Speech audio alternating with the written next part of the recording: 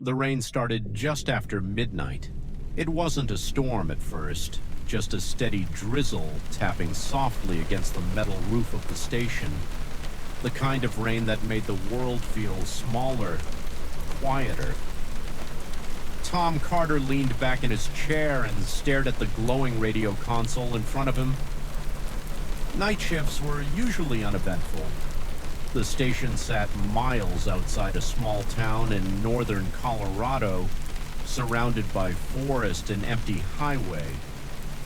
Most nights, the only sounds were the radio static and the occasional truck passing somewhere far in the distance. Tom worked as a communications operator. His job was simple: monitor emergency channels, respond if needed, and keep the equipment running. Most nights, nothing happened. Tonight felt like one of those nights. Tom glanced at the clock. 1:17 a.m. He picked up his coffee, now cold, and took a sip anyway. The radio hissed softly. Channel 1 was quiet. Channel 2 was quiet. Channel 3, nothing. He rotated the dial slowly, listening to the familiar whisper of static. Channel 4, nothing.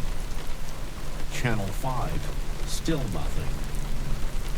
Then he turned the dial to Channel 6. A burst of static suddenly filled the room. Tom frowned. Channel 6 wasn't supposed to be active. In fact, it hadn't been used in years. The frequency was abandoned after a system upgrade almost a decade ago. Yet the static sounded different, sharper, like something was trying to break through.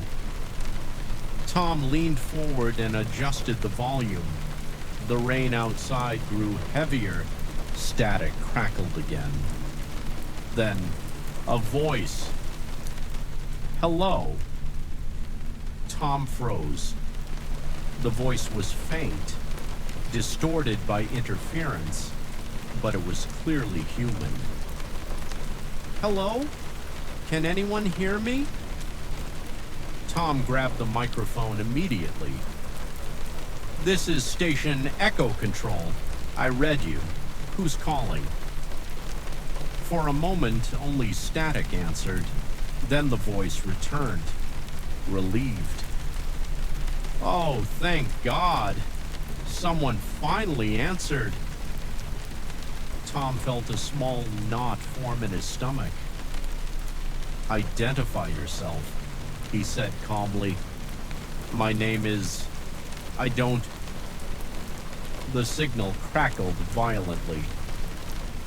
"Name doesn't matter right now. I just need to know something." Tom exchanged a glance with the empty room. "What do you need?"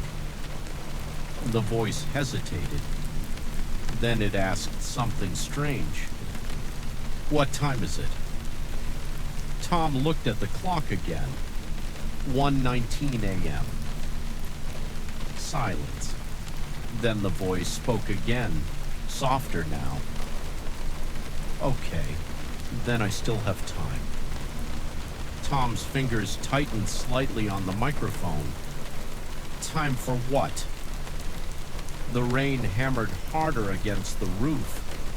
Static filled the gap. Then the voice returned. "Listen carefully. I need you to leave that building." Tom blinked. "What?" "You have to leave the station. Right now." Tom almost laughed. "Buddy, if this is some kind of prank, I'm not joking." The voice was suddenly urgent. "You have maybe 10 minutes." Tom leaned back slowly. 10 minutes until what?" No answer, just static. Then, "Until the fire starts." Tom's stomach dropped slightly. What fire? The voice didn't answer immediately. When it spoke again, something about it sounded familiar. You need to trust me. Tom shook his head. Who are you? Another pause. Then the voice asked a question that made the room feel colder.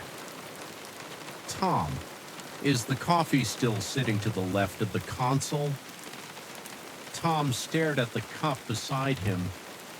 A slow chill crept down his spine. How do you know my name?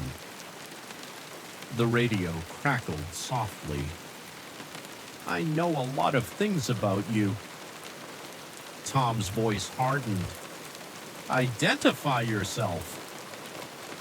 The voice hesitated again. I can't explain everything right now. Tom leaned forward.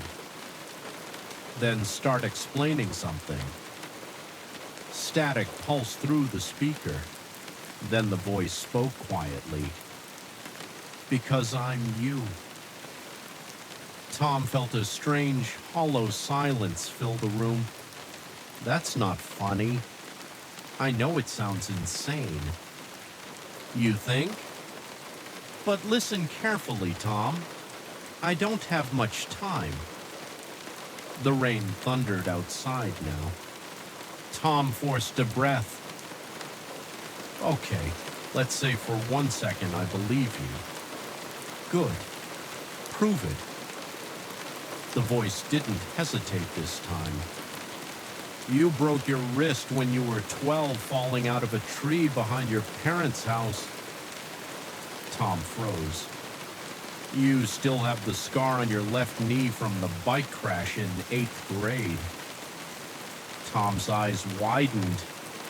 And 3 years ago, the voice continued, you almost quit this job after that long winter shift when the power went out. Tom's heart began beating faster. How do you? Because I lived it. Silence filled the station. The rain roared outside. Tom rubbed his temples. This is impossible. I know. So explain it. I can't. Not fully. Tom leaned closer to the speaker.